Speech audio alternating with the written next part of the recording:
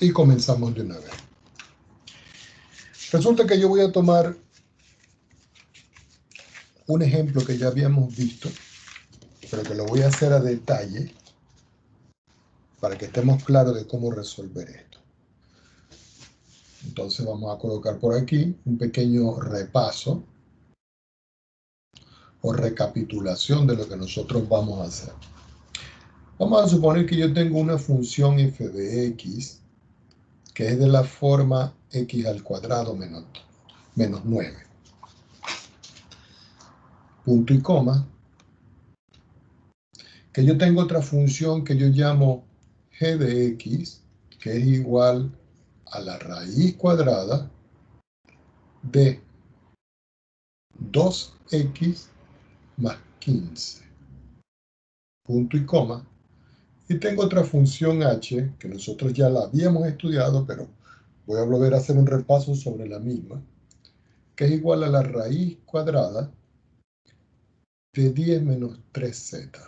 Perdón, 10 menos 3x. Aunque en realidad yo puedo cambiar aquí y colocar z y no habría ningún tipo de problema. Entonces lo primero que vamos nosotros aquí, en este caso, es a determinar los dominios. ¿Ok? Y vamos a determinar los dominios de cada uno por separado. En el caso de la función f de x, que es igual a x al cuadrado menos 9, nosotros podemos observar que esto que está acá es un polinomio. Y como es un polinomio, yo puedo decir aquí, entonces, que el dominio de la función f de x va a ser igual al conjunto de los números reales. Pueden ser positivos, negativos o el cero. Si yo ahora voy a estudiar a la función g de x, yo sé que ella es la raíz cuadrada de 2 menos x más 15, entonces la cantidad subradical yo tengo que estudiarla mayor o igual que 0. Al resolver esto, nosotros habíamos conseguido de que x iba a ser mayor o igual que menos 15 dividido por 2.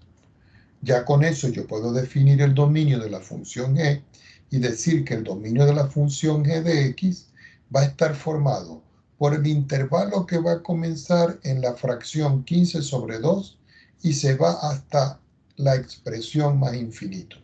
Entonces, ya tengo la función f, ya tengo la función g, y voy ahora a calcular la función h. En la función h, yo nuevamente vuelvo a tener una raíz. Recuerden que en este caso es 10 menos 3z. Quiere decir que si yo voy a estudiar, perdón, y sigo con el z, x.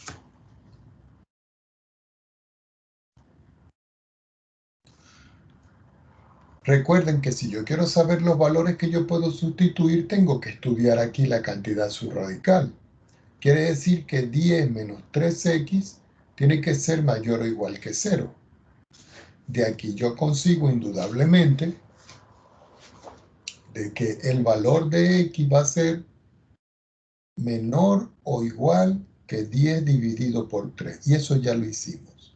Quiere decir que el dominio de la función h de x va a ser igual al intervalo que está comprendido entre menos infinito y 10 sobre 3, y aquí un corchete porque toma a este valor. Ya teniendo estos tres dominios, yo vengo y les pregunto, que pudiera ser una pregunta en la prueba, ¿cómo es el dominio de la función g más la función h? ¿Ok? Y esto aplicado a un valor de x. Entonces, esta es mi incógnita. Yo sé que el dominio de la función de g es este que está aquí. Y también sé que el dominio de la función de h es este que está aquí. Entonces uno dice, bueno, ¿qué es lo que tengo que hacer yo en esta parte? Bueno, indudablemente que el dominio que está acá, que yo lo voy a volver a escribir,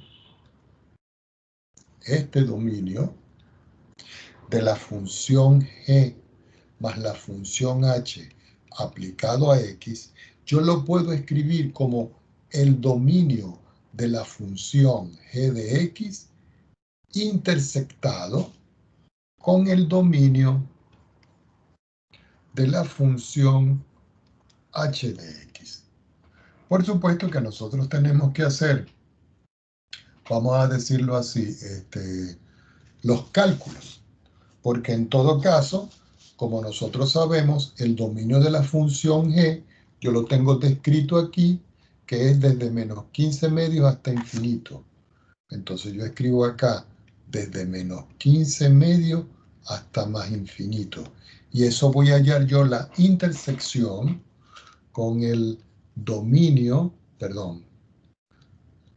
con el dominio de h, pero el dominio de h lo tengo aquí, que es menos infinito 10 sobre 3. Menos infinito 10 sobre 3.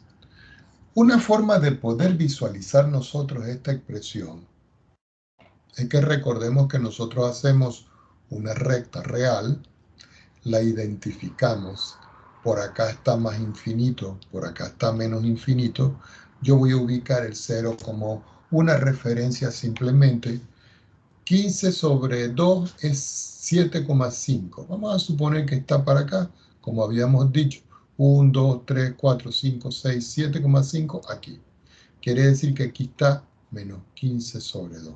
Y aquí está 10 sobre 3, que habíamos dicho que eso era 3.3. 1, 2, 3.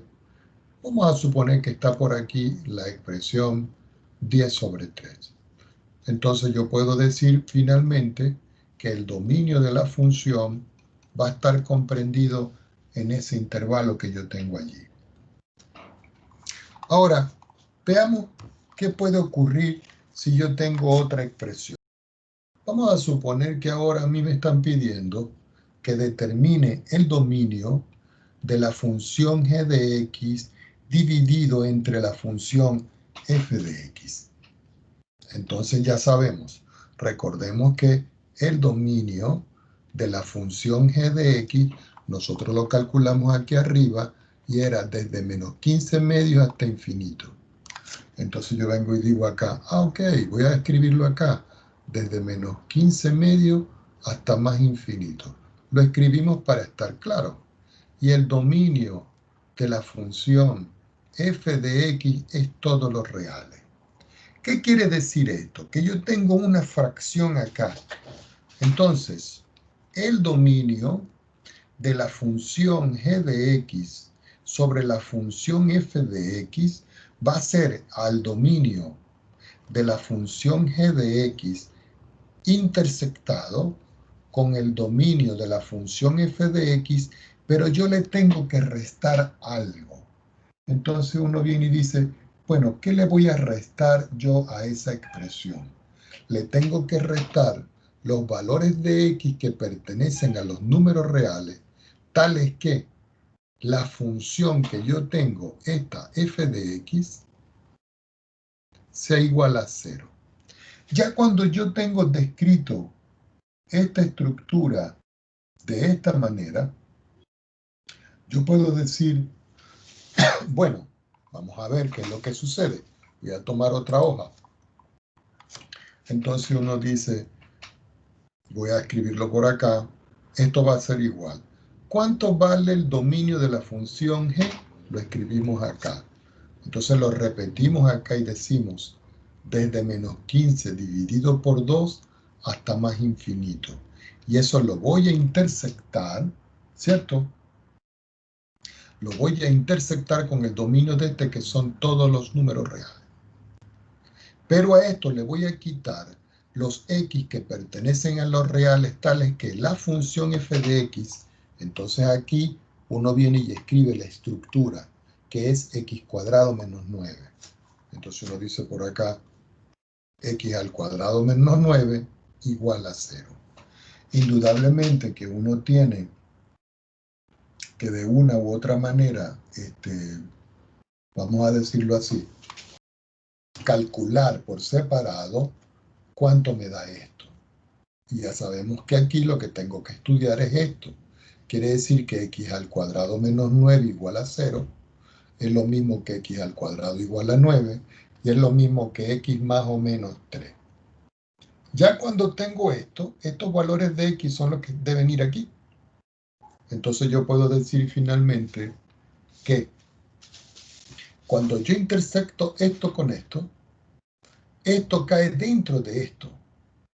Porque es como si yo les dijera a ustedes, por ejemplo, lo voy a hacer en una gráfica por aquí abajo, yo dibujo mi recta real, la identifico, coloco más infinito, coloco menos infinito, coloco el cero referencial, 1, 2, 3, 4, 5, 6, 7.5 aquí, este es el menos 15 sobre 2, y este número que está acá va a comenzar y se va a mover aquí todo y se va hasta más infinito. Pero resulta que ese es este. Cuando yo voy a hacer los reales, que es este, entonces es todo esto. Y si ustedes pueden ver en todo caso, la intersección que se está dando aquí, está dada aquí. Quiere decir que cuando yo hago esto intersectado con los reales, me vuelve a dar esto mismo. Entonces lo voy a escribir en la parte de abajo. Quiere decir que aquí me está dando menos 15 sobre 2, que se va hasta más infinito, pero a eso yo le tengo que restar algo. ¿Y qué le voy a restar? Los valores que yo obtuve aquí, que son el valor de menos 3 y el valor de 3. Lo pueden dejar así o lo pueden escribir indudablemente como si fuese, por ejemplo, un intervalo. ¿Ok? Vamos a hacer otro ejemplo. ¿Ok? Vamos a suponer que ahora a mí me están diciendo, ejemplos sobre la misma base, que yo quiero determinar el dominio, dos puntos, de tomar a la función g de x, sumarle la función h de x, y luego dividirla entre la función g de x multiplicada por la función h de x. Es decir, en el numerador tengo la suma y en el denominador tengo el producto. Entonces uno dice, bueno, no voy a escribir x para que no quede tanto numerito y letra. Entonces voy a decir, el dominio de la función g más h por h va a ser igual. Entonces uno viene y dice, bueno, en el numerador tengo una suma. Entonces yo puedo decir aquí que esto va a ser el dominio, ¿cierto?, de la función g más la función h. Y todo este dominio lo voy a intersectar con el dominio de la función g por la función h, que es la que está en la parte de abajo. Ah, pero yo le tengo que restar algo. Le tengo que restar los valores de x que pertenecen a los números reales, tal que cuando yo tomo la función g de x y la multiplico por la función h de x, eso sea 0, que es estudiar esto que está aquí. Cuando ya tengo esta expresión, esto no lo voy a escribir, voy a seguir el igual aquí, quiere decir que esto va a ser igual. En esta parte de acá, en esta primera parte de acá, esa primera parte la vamos a escribir aquí. Quiere decir que aquí me va a quedar el dominio de la función g intersectado con el dominio de la función h, ¿cierto? Esto que está acá, lo voy a marcar aquí en azul para que sepamos qué es esto que está aquí. Y ahora, esto que está aquí en rojo aquí, lo voy a escribir aquí abajo, intersectado con, indudablemente que en la parte de abajo yo tengo que volver a escribir el dominio de la función g, que es esta, intersectado con el dominio de la función h, que es esta. Recuerden, esta es la parte en rojo que se considera con eso. Ahora, a todo eso que está allí, yo le tengo que restar. No me cabe escribirlo aquí, pero lo puedo escribir abajo. Yo le puedo restar aquí los x que pertenecen a los reales, tal que, como esto es un producto, cualquiera de los dos puede ser 0. Entonces puedo escribir tal que g de x sea igual a 0 o h de x sea igual a 0. Ya teniendo eso claro, resulta que cuando nosotros hicimos la intersección de g con h, tendríamos que escribir cada uno de los resultados anteriores. El dominio de g sabemos que es desde menos 15 sobre 2 hasta más infinito. Y eso lo voy a intersectar con el dominio de h, pero el dominio de h era desde menos infinito hasta 10 sobre 3. Y yo vengo y lo cierro aquí. Pero esta parte que está aquí, ¿cierto?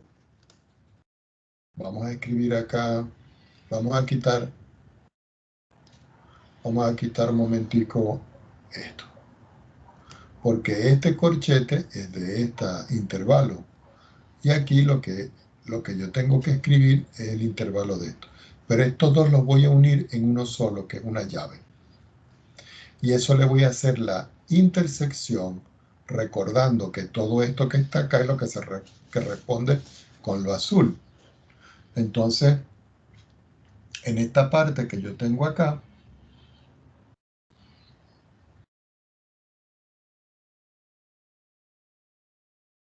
yo tengo que hacer aquí la intersección del dominio de U, que es la misma, ¿no? Fíjense una cosa. El dominio de G y el dominio de H son los mismos que aparecen acá. Quiere decir que si yo voy a hacer la intersección de ellos dos, es como si escribiera uno solo. Ahora, voy a quitar un momentico esto que está aquí. Repito, el dominio de G intersectado con H es el mismo dominio de G que intersectado con H. Quiere decir que el resultado que yo tengo acá es el mismo que tengo, porque si yo intersecto un conjunto con él mismo, me vuelve a dar él. Entonces, cuando ya estoy aquí, yo le tengo que restar lo que tengo acá. Repito, si yo tengo un conjunto y este conjunto es el mismo y yo hallo la intersección, me vuelve a dar el mismo. Entonces yo tengo que establecer aquí una intersección. Entonces aquí digo, ok, estos son los x que pertenecen a los reales tal que g. Pero g tiene una forma que es la raíz cuadrada de 2x más 15, de 2x más 15 igual a 0. Si ustedes prefieren, pueden escribir de este símbolo o escribir O, la función h, donde la función h es menos 3x igual a 0. Cuando yo hallo la intersección de estos dos, aquí me da un solo resultado. Este resultado es menos 15 sobre 2 hasta 10 sobre 3. Este resultado nosotros ya lo habíamos hecho aquí, que es la intersección de ellos dos. Entonces, a esto que está acá, yo le tengo que restar, fíjense bien, los x que pertenecen a los reales tal que, para que esto sea igual a 0, yo digo 2x más 15 igual a 0. O 10 menos 3x igual a 0. Entonces, ya casi el problema está listo.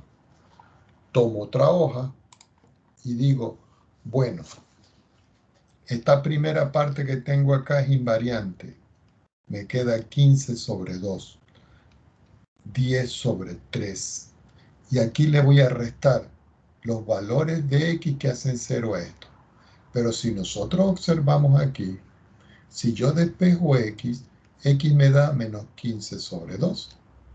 Y aquí, si yo despejo x, x me da 10 sobre 3. ¿Qué quiere decir? Que cuando yo le vaya a restar a esto, yo le tengo que restar estos dos números.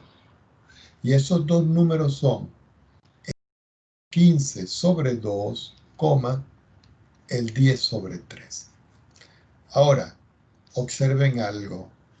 resulta que en el intervalo, este intervalo lo toma, pero aquí lo quita. Quiere decir que finalmente el intervalo va a ser el intervalo abierto menos 15 sobre 2, 10 sobre 3. ¿Por qué? Porque aquí dice que hay que quitarle esos dos números. Y este es el resultado final. Entonces, en esencia, puede ser que para la tarea o para la prueba yo les dé dos, máximo tres funciones como esta, donde yo les pida a ustedes de momento el dominio de la función. ¿Ok? ¿Qué otro estilo de ejercicio puede ser? Bueno, algún ejercicio donde ustedes tengan que comprobar que una función puede ser par o puede ser impar. Voy a escribir solo la conclusión para que tengamos presente esto y no lo olvidemos. Aquí lo que estoy diciendo es que si yo tengo una función y igual a f de x y resulta que en esta función que yo tengo acá, cuando yo la evalúo en número negativo, me da un número positivo, entonces puedo concluir que la función f de x, esta que está aquí, es una función par y que es simétrica respecto del eje y. Ahora, si yo tengo la función y la evalúo en número negativo y eso me da menos la función, pero menos afuera, entonces yo puedo decir de que la función f de x es impar y presenta una simetría respecto del origen de coordenada. Entonces, estas son dos cosas que también se les puede pedir a ustedes, indudablemente que en alguna observación de una tarea o en alguna prueba.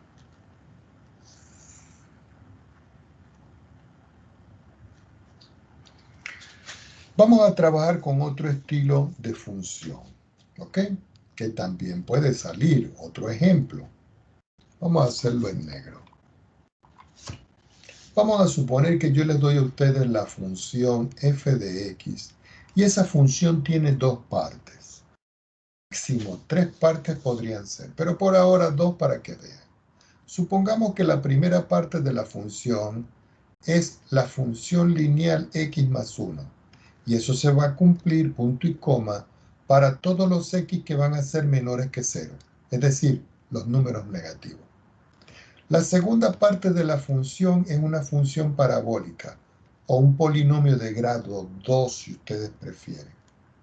Si ustedes ven esta estructura que yo tengo acá, yo puedo aquí concluir de que esto es igual que 0. Entonces aquí se le va a pedir, en primer lugar, ¿cuál es la gráfica de la función? Aquí ustedes van a tener la alternativa que la pueden hacer a mano o la pueden hacer en GeoGebra. Y luego ustedes me la van a adjuntar. Las dos formas son válidas. Como segunda pregunta, se le pudiera preguntar a ustedes, si yo tengo una función g y esa función es la misma función f esta que está aquí, pero donde está la x yo escribo x menos 3 y le resto 2, que me consigan cuánto vale esa función, la fórmula. Y que además de esto, en un tercer lugar o en una tercera parte, me digan cuál es el dominio de g de x. ¿Cuál es el rango de g de x? Es decir, de la que están hallando. Y pregunta, ¿cuáles son las raíces de g de x? Entonces ustedes dicen, bueno, ¿de qué manera yo voy a hacer la gráfica de esto? Observen aquí este tipo de función. Nosotros la vamos a hacer primero en GeoGebra. ¿Ok? Entonces para eso yo necesito compartir con ustedes una hoja.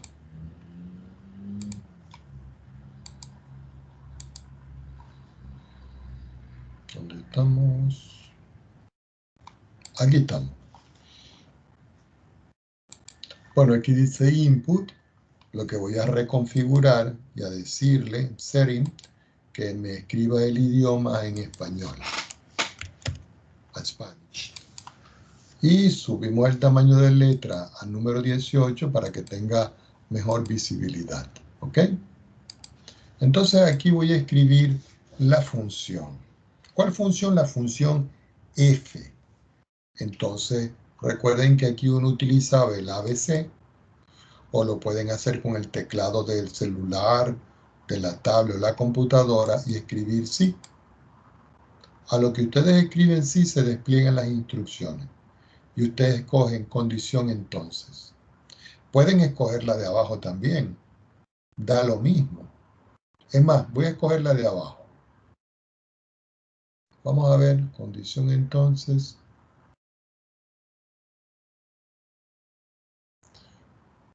Vamos a ver si funciona esto. La primera condición dice, si no, nos devolvemos. Son todos los x que van a ser menores que 0. Entonces, yo voy a escribir la función que es x más 1.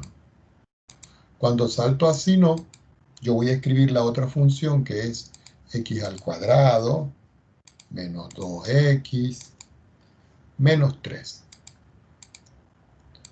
Así no funcionó. Mírenla, no funcionó perfectamente bien. Es decir, que podemos utilizar, miren, esta instrucción para los valores de x que son menores que 0. Caso contrario, los que son mayores iguales que 0. Es decir, que podemos utilizar a esto. Esta es la función que yo tengo. Ahora, yo tengo que calcular la expresión para la otra parte, que es la que me están pidiendo a mí. Entonces ustedes podrían a esto decirle aquí arriba, y le dicen aquí descargar, y le dicen aquí que lo descarguen como una imagen PNG, y después le dicen exportar, pero le ponen el nombre suyo aquí. Por ejemplo, le ponen Pedro Pérez.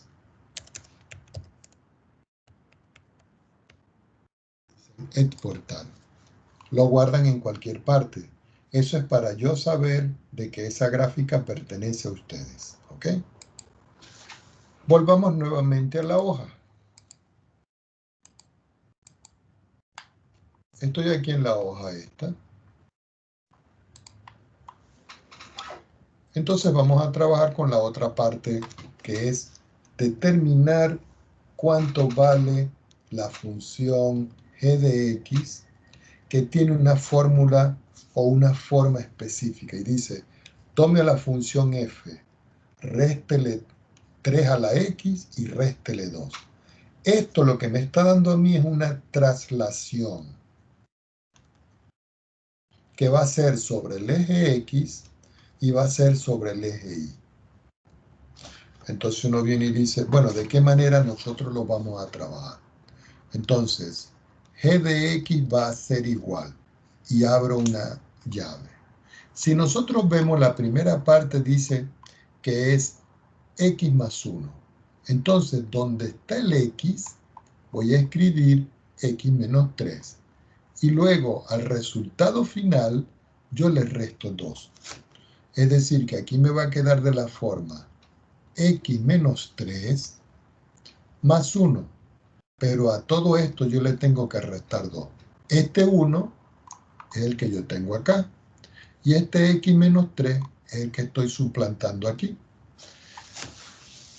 Punto y coma.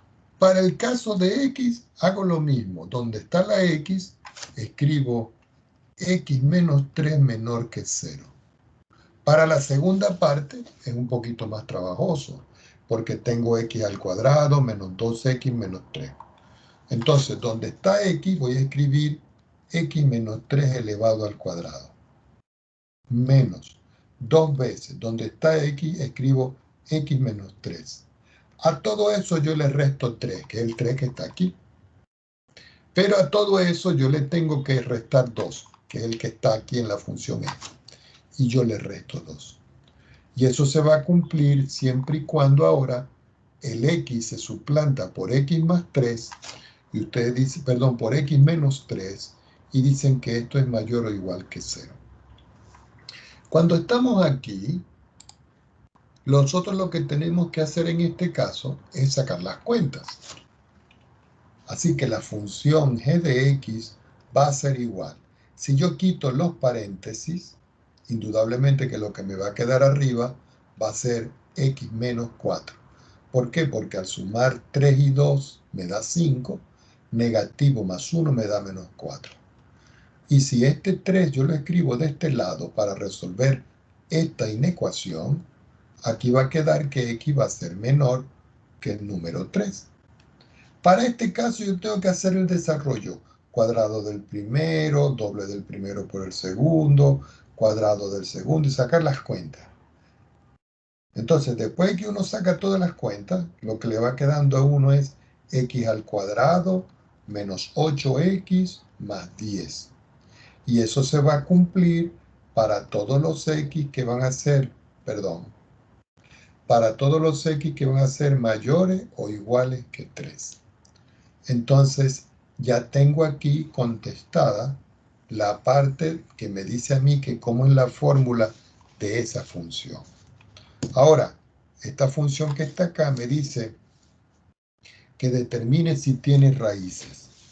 Entonces, si nosotros observamos la primera parte de la función, yo tengo que es x menos 4 para los valores de x que son menores que menos 3. Menores que 3.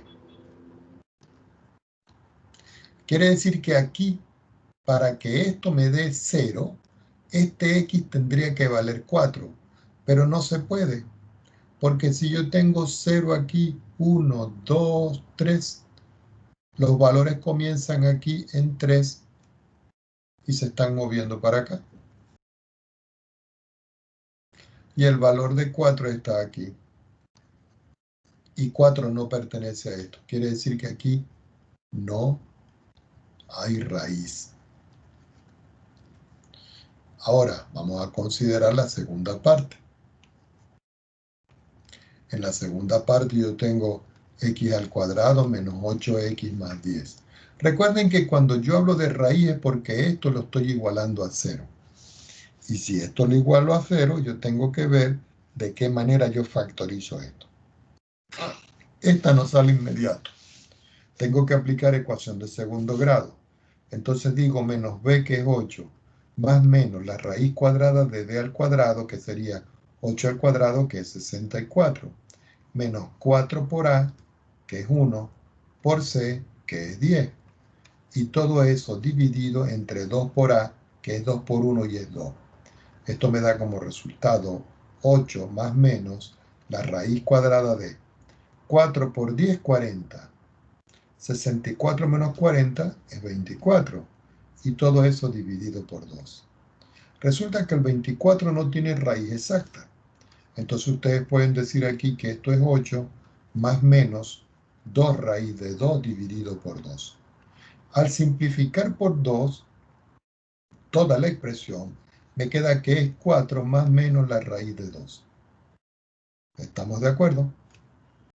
Entonces, resulta que aquí dice la expresión para los x que son mayores o iguales que menos 3. Y para los x que son mayores o iguales que menos 3, va a cumplir en esta parte, pero para la parte positiva. Es decir, que va a tener una raíz x igual en 4 más la raíz de 2. Porque en 4 menos la raíz de 2 no lo va a tener. ¿Ok? Vamos a ver. 4, raíz de 2 es 1 punto algo. Me da 3 punto algo. No, si tiene la raíz también. Aquí tienen raíces para ellos dos. Entonces voy a tener una raíz negativa y una raíz positiva, porque el otro es 4 menos la raíz de 2. Déjenme calcular por aquí. 2 raíz menos 4. No. El otro no da. El negativo no da, porque al restarle esto me da un valor más pequeño. Bueno, entonces esta es la raíz de la función. ¿Qué otra cosa me estaba pidiendo? Vamos a ver. Ya tengo la fórmula, el dominio y el rango de la función. Bueno, si nosotros vamos a determinar el dominio, observamos aquí y observamos aquí.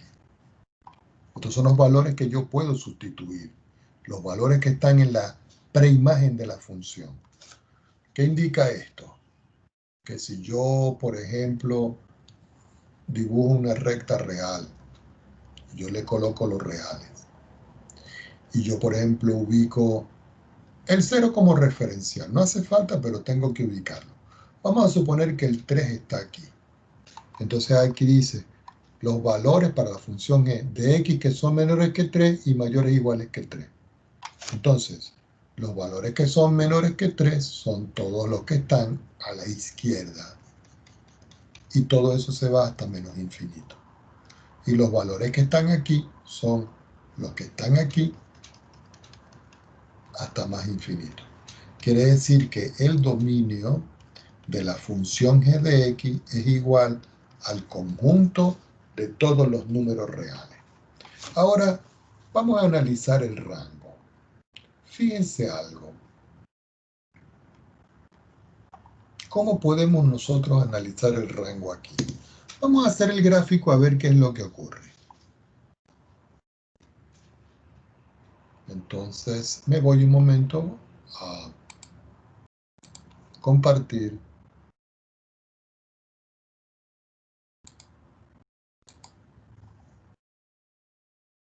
GeoGebra. Voy a ocultar un momento esto. Y voy a escribir aquí la función nueva que tengo. La función nueva, vamos a escribir como siempre sí. Y vamos a escoger la condición entonces si no. Primera condición, de que x sea menor que 3. Entonces digo, x tiene que ser menor que 3.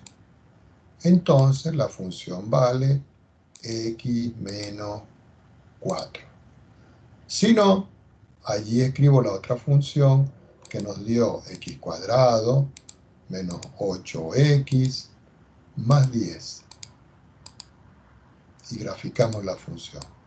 Ahora observen algo, le voy a cambiar un momento el color a esto y lo voy a poner en un color más intenso y con un trazo más grueso. Es decir, que me dio este. Y ahora voy a graficar este. Y a este que está aquí lo voy a cambiar el color y le voy a poner color rojo y en el estilo un trazo más grueso. Si ustedes pueden ver, la curva del rojo es esta. Esta es la primera función y esta es la segunda función. Fíjense que la función se trasladó hacia abajo, ¿cierto? Y se movió a la derecha. Ustedes dirán, ¿cuánto se movió a la derecha, profesor? Si nosotros vamos a contar aquí, fíjense, a la derecha se movió 1, 2 y 3, que sería el otro valor que tengo acá. ¿Y cuánto se movió hacia abajo? Bueno, si nosotros vemos el vértice este y vemos el vértice este, observamos claramente que se movió 1 hacia abajo, la función. Para ver, perdón, 2. Porque si yo tengo de acá, déjenme ver aquí. Sí, se movió 3 para acá y 2 para abajo, que es lo que tenía indicado en la función. Esta función, cuando se mueve para acá, se mueve 2. Y esta función, cuando se mueve para acá, se mueve 2. Pero cuando se mueve a la derecha, se mueve 3. Que ese es el desplazamiento que nosotros tenemos acá. Voy a quitar un momento esto, que es la función f, y vamos a ver el rango. El rango son todos los valores que pueden tomar. El más pequeño de los valores, ¿dónde estará? Para abajo, desde menos infinito, proyectándolo en el eje y. Y llega hasta aquí. Ah, pero los valores que faltan aquí los toma este. Entonces, para el otro caso, se va hacia arriba. ¿Qué indica esto? Que si yo me voy ahora a describir en función de lo que yo tengo acá, yo puedo decir claramente aquí que el rango de la función g de x también son todos los reales. Y esa es la forma usual en que nosotros vamos a trabajar esta parte. Bueno, ya saben que para esta parte de la prueba y el trabajo que tenemos, nosotros tenemos que evaluar lo que es el dominio, lo que es el rango, lo que es la composición, lo que es la inversa, lo que es par, lo que es impar y lo que son las traslaciones. Por supuesto, todo eso con las gráficas. Me faltó y las raíces. Entonces, en esencia, esto es lo que nosotros vamos a preguntar en esta primera parte. ¿Ok? Vamos a tomar otra hoja. Y vamos a comenzar ya aquí con la introducción a la unidad número 2, que tiene que ver con la parte de la trigonometría. ¿Ok? En la parte de trigonometría nosotros primero vamos a estudiar lo que son las razones trigonométricas en un triángulo rectángulo. ¿Ok? Esa es la primera base que nosotros tenemos que considerar. Para eso yo voy a dibujar un triángulo. Vamos a suponer que digo que la base del triángulo es esta. La altura del triángulo es esta. Y la hipotenusa del triángulo es esta.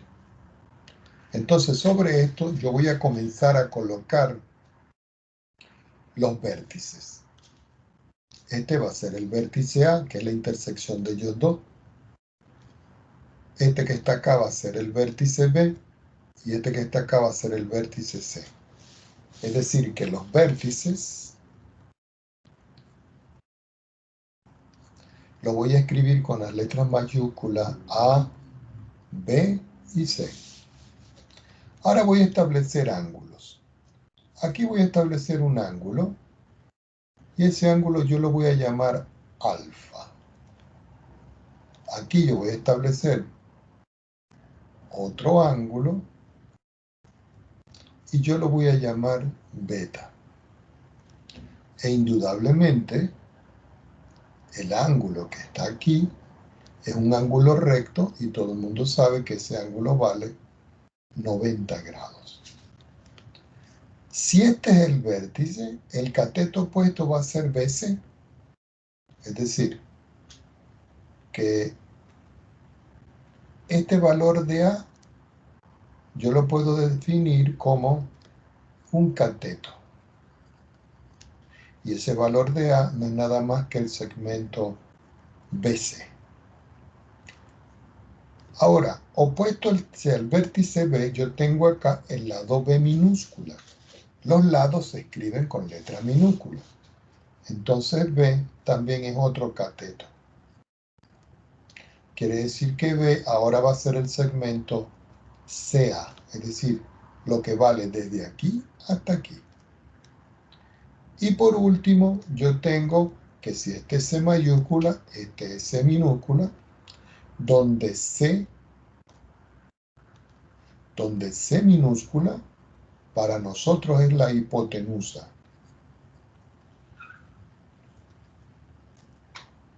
Y la hipotenusa, que es el segmento, en todo caso, AB, va a ser igual a C.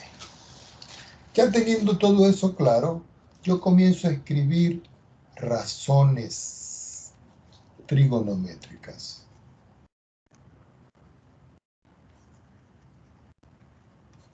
La primera razón trigonométrica la vamos a escribir como el seno de alfa. Y el seno de alfa va a ser igual.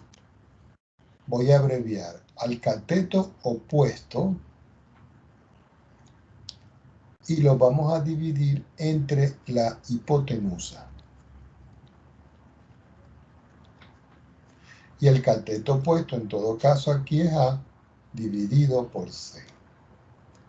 Si voy a escribir ahora el coseno de alfa, el coseno de alfa va a ser para nosotros,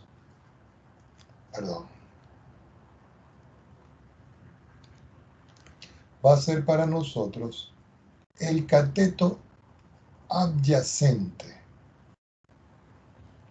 Entonces ustedes dirán, ¿qué significa adyacente? Adyacente quiere decir que está a continuación del ángulo. Este lado está a continuación de este ángulo. Y todo esto va a quedar dividido entre la hipotenusa. Y el cateto adyacente aquí es B sobre C. Por último, voy a tener la tangente de alfa. Y la tangente de alfa es la relación que hay entre el cateto opuesto sobre el cateto adyacente. Y esto es B sobre, cateto opuesto es al revés. Cateto opuesto es A. ¿Por qué? Porque si este es el ángulo, el opuesto es este y el adyacente es este. Entonces aquí me queda que esto es partido en B. Pero hay una relación. Y la relación que yo tengo es que si yo tengo la tangente de alfa, yo esto lo puedo escribir como el seno dividido entre el coseno del mismo ángulo alfa. Si nosotros vemos, esto es A partido en C, esto es B partido en C, yo puedo simplificar esta C con esta C y finalmente me está quedando A sobre B, y este valor es igual a este. Por supuesto que de aquí se consiguen otras propiedades. Y las propiedades que se consiguen son las siguientes. Que si yo tengo el seno del ángulo alfa, eso va a ser igual al coseno del ángulo beta. Fíjense, ¿no? Si yo voy a medirlo ahora con beta, las funciones se comportan de esta manera. Si yo ahora tengo el coseno de alfa, esto va a ser igual al seno de beta. ¿Y qué pasa con la tangente? La tangente del ángulo alfa, pregunto, ¿será igual a la tangente, ¿será igual a la tangente de beta? No, porque resulta que estas funciones son descritas así. Es decir, que las únicas propiedades con las cuales nosotros vamos a reorganizar todos son estas dos. Es decir, que para la tangente por ahora no tengo más relación. Vamos a quitarla. Entonces con estas dos, y esto se hace, ¿por qué?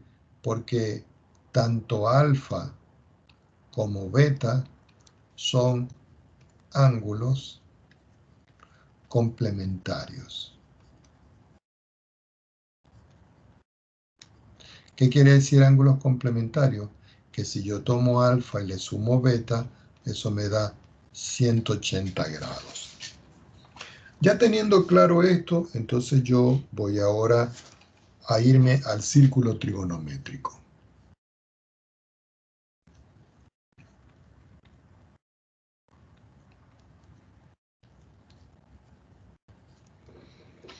En el círculo trigonométrico vamos a obtener nosotros relaciones que hay con estos valores que nosotros obtuvimos aquí en trigonometría.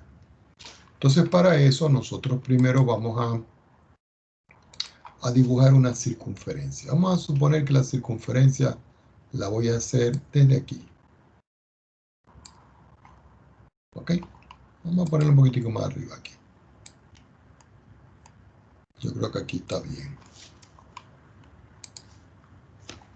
Y ahora vamos a trazar ejes. Voy a trazar por aquí el eje X y voy a trazar por aquí el eje Y. Ahora lo identificamos y decimos, este es el eje X y este es el eje Y. Y ahora voy a ubicar puntos. Y ustedes dicen, ¿cómo es eso, profesor? Claro, porque esto va a ser un punto aquí, esto va a ser un punto aquí, esto va a ser un punto aquí, y esto va a ser un punto aquí. Ahora, yo voy a dibujar un vector, y el vector lo voy a dibujar aquí en verde. Y resulta que cuando yo tengo ese vector que está aquí, si yo digo de que este vector que está aquí tiene módulo 1, es porque las coordenadas de este punto valen 1,0. Si yo ahora este vector yo lo cambio para acá, las coordenadas de este van a ser 0,1. Si yo lo muevo para acá, sabiendo de que el módulo del vector es unitario, esto tiene coordenada menos 1,0. Y este que está acá tiene coordenada 0,-1. ¿Qué indica todo esto que tengo acá? Que si yo, por ejemplo, pongan atención, yo tomo este vector y yo, por ejemplo, lo grafico hasta acá, yo le coloco sus flechitas. Yo sé que aquí esto tiene un punto sobre la circunferencia y ese punto tiene coordenadas X, Y. Ahora, yo voy a hacer una pequeña proyección y voy a proyectar esto para acá. Y voy a proyectar, ya va. Voy a proyectar esto para acá. Y voy a proyectar esto para acá. Resulta que si yo estoy haciendo esas proyecciones, es porque el tamaño de lo que está de aquí hasta aquí vale X, porque está aquí. Es un valor cualquiera. Y el tamaño de esto de aquí hasta aquí vale Y. Ahora, desde aquí hasta aquí es el radio de la circunferencia. Si la circunferencia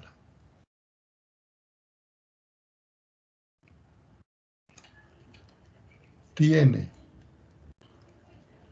radio 1, todo el mundo sabe que x al cuadrado más y al cuadrado igual a 1 va a ser el referencial de una circunferencia centrada en el origen de radio 1.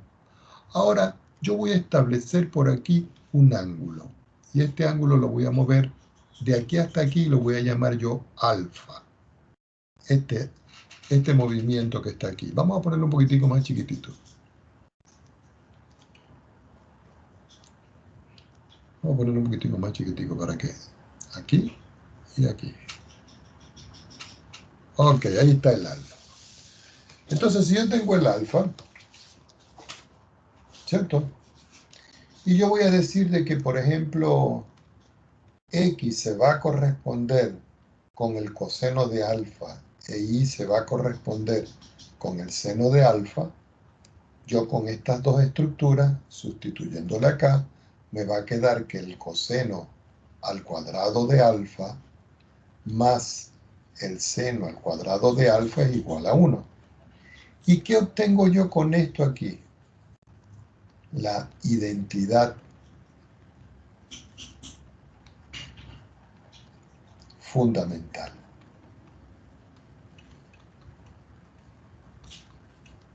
Recuerden, estamos viendo de que X es el coseno de alfa y que Y es el seno de alfa. Es decir, que esto desde aquí hasta aquí vale X, pero eso es el coseno de alfa. ¿Por qué? Porque coincide con el cateto adyacente. Y algunos de ustedes dirán, profesor, ¿pero por qué? Claro, porque observen algo. Si yo digo que el coseno de alfa es igual al cateto adyacente, y desde aquí hasta aquí en este triángulo, el cateto adyacente vale X, y la hipotenusa, que es el radio, que es desde aquí hasta aquí, yo le escribo aquí el radio, pero digo que es una circunferencia que su radio vale 1, al escribir aquí esto, x sobre 1, me va a quedar que es x. Quiere decir que el coseno de alfa va a ser igual a x. Y esto que está acá es lo que yo tengo acá. Y de igual forma, si yo escribo que el seno de alfa es igual al cateto adyacente entre la hipotenusa, que es el radio, esto es y dividido por 1 y esto es y. Quiere decir que el seno de alfa es igual a y. Y coincide con la segunda coordenada, que es lo que nosotros tenemos acá. Entonces, uno viene y dice, bueno, yo puedo tener varios sistemas referenciales. Voy a dibujar el primero aquí. Y voy a dibujar otro aquí. Y resulta y acontece que cuando yo tengo el vector aquí de módulo 1, aquí, o yo lo muevo hasta aquí, resulta que aquí hay un ángulo, este es R, pero el ángulo aquí alfa,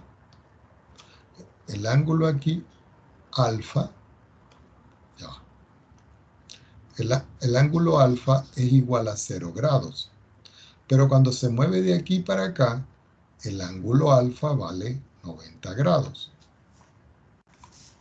De igual forma, si yo ahora hago más sistemas referenciales y digo, voy a hacer uno aquí que se mueva ahora de aquí para acá, y ya va.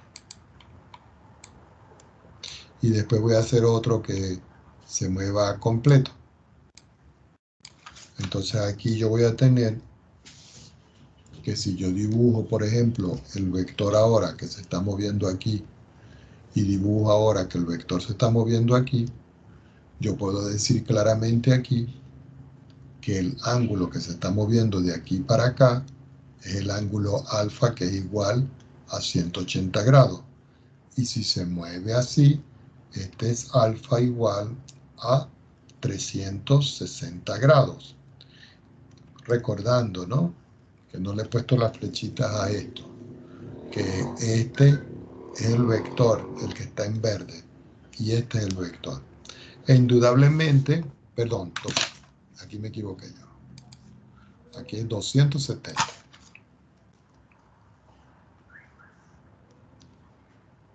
270 grados.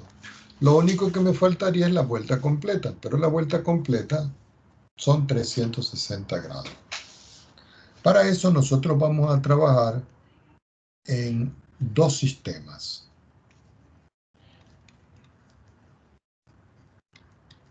Vamos a tener el sistema radian, donde la medida la vamos a tomar en pi, y vamos a tener el sistema sexagesimal, donde lo vamos a medir en grados. Pero entre estos dos existe una equivalencia. Y esa equivalencia lo que dice es que si yo tengo, por ejemplo, pi, eso va a ser equivalente a decir 180 grados. Si yo tengo 2pi, eso va a ser equivalente a 360 grados. Pero yo puedo tener pi medio y eso es 90 grados. Pero yo puedo tener pi cuarto y eso es equivalente a 45 grados. Yo puedo tener, por ejemplo, 2pi tercio y eso es equivalente a 270 grados. Entonces, con estas equivalencias, uno va a trabajar los grados de las funciones. Pues bien, si nosotros volvemos a hacer un círculo, ya va. Vamos a poner el centro aquí. Si nosotros volvemos a hacer un círculo, y sobre el círculo yo voy a establecer el eje X y el eje Y, entonces vamos a colocar los valores de las funciones trigonométricas en cada parte, es decir, cuánto vale aquí, ¿Cuánto vale aquí? ¿Cuánto vale aquí? ¿Y cuánto vale aquí? Entonces aquí el ángulo es 0 grados. Entonces yo puedo decir aquí alfa igual a 0 grados. O 0 pi. Entonces aquí yo puedo decir en esta parte, aquí, que el coseno de 0 grados es 1 y que el seno de 0 grados es 0. Pero cuando yo me estoy moviendo de aquí para acá, alfa, cuando llega aquí, alfa vale ahora 90 grados. Quiere decir que aquí el coseno de 90 grados es 0 y el seno de 90 grados es 1. Cuando yo me muevo, que hago esto, que me voy hasta acá, quiere decir que aquí el ángulo alfa vale 180 grados. Quiere decir que el coseno de 180 grados es igual a menos 1 y que el seno de 180 grados es 0. Pero si yo ahora me muevo desde aquí hasta aquí, indudablemente que en esta parte de abajo, alfa vale 270 grados. Así yo puedo obtener que el coseno de 270 grados es igual a 0 y el seno de 270 grados es igual a menos 1.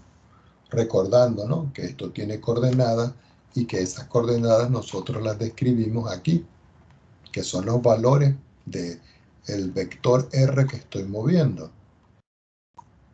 Y finalmente, uno podría decir que cuando él da la vuelta completa, que vuelve a caer aquí, alfa es 360 grados. Quiere decir que el coseno de 360 grados va a coincidir con el coseno de 0 grados y eso es 1. Y que el seno de 360 grados va a coincidir, con el seno de 0 grados y eso es 0. Entonces, estas son las ideas fundamentales con las cuales nosotros vamos a trabajar. Entonces, para la próxima clase, vamos a trabajar las identidades y las ecuaciones trigonométricas. Después de esto vamos a ver la ley del seno, la ley del coseno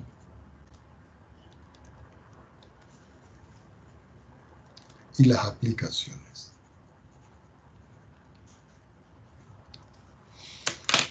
Bueno, vamos a dar la clase de hoy hasta aquí.